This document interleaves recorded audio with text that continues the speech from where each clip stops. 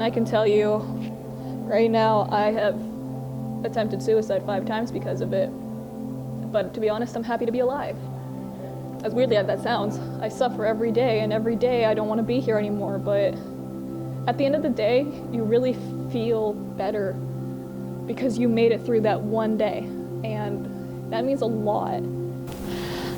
Hi,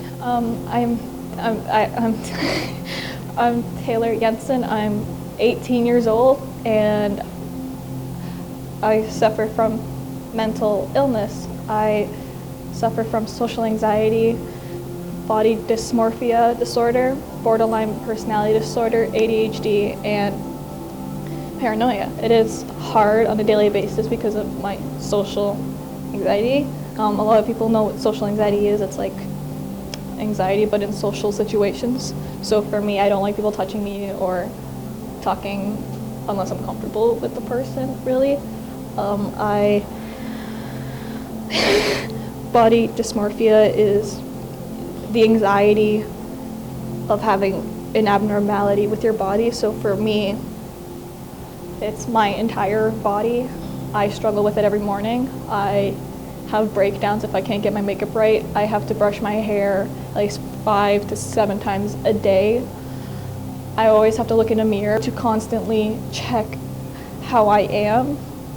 My borderline personality disorder is an emotional disorder that causes recklessness, bad mood swings, and self-harming, and it also is a key to harming yourself. My paranoia stems from being alone and my fear of abandonment. I have really big issues with that, so I was diagnosed at 4 years old with my ADHD, and that's just a hyperactivity disorder where I can't sit still, so you can kind of tell. I felt kind of scared because I didn't want to end up like my mother. My mother is mentally ill, and growing up with that and growing up with other family members who are mentally ill scared me, and having these disorders scared me that I would end up as violent like that.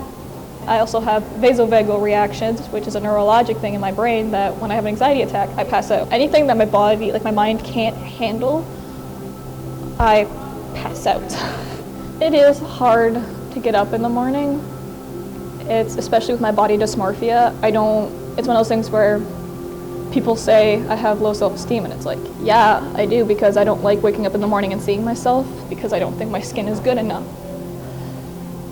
And yeah, one of the struggles is doing my makeup, because if I don't get my makeup right, I have a mental breakdown about how I look, because I don't feel like I'm good enough to go outside, because if I'm not pretty enough, no one will talk to me. If I'm not pretty enough, people wouldn't want to be near me.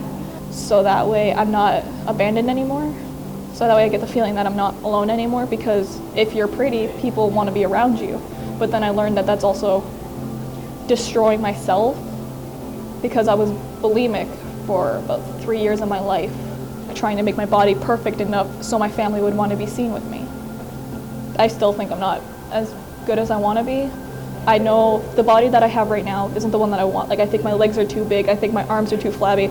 I don't like my stomach. I don't like my back. I don't like really anything, like even my hair. I've threatened my boyfriend that I was going to shave my hair off because I couldn't do anything. I try to be the opposite of what I'm feeling. So if I'm feeling sad, I'll try to be as happy as I can. It's hurting me because I don't know how to talk to people properly.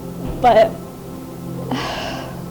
what I do is I try to make others feel better, because it's one of those things where it's like, say things that others want to say to you. And so when I'm upset, I'll compliment others. It makes me feel better seeing them smile like that. Because I don't know how to cope with things, my mind creates hallucinations for me. It also creates voices. They'll tell me, I'm not good enough, you're not worth it. I guess I don't know how to deal with it properly a lot of times, so I'll lash out in anger. It's fucking hard.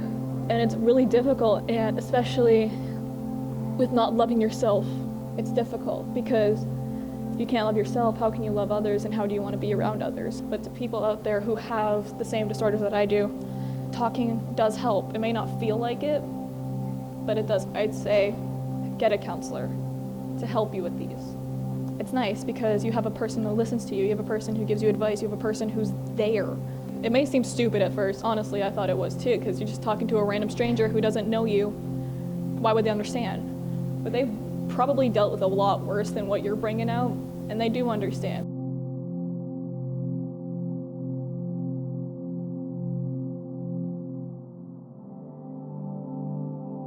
The physical representation of my mental illnesses, I'd say, would be a giant bluish black bird that has 8 eyes. Like when the bird sits on my shoulders, it represents me feeling weak and it represents depression.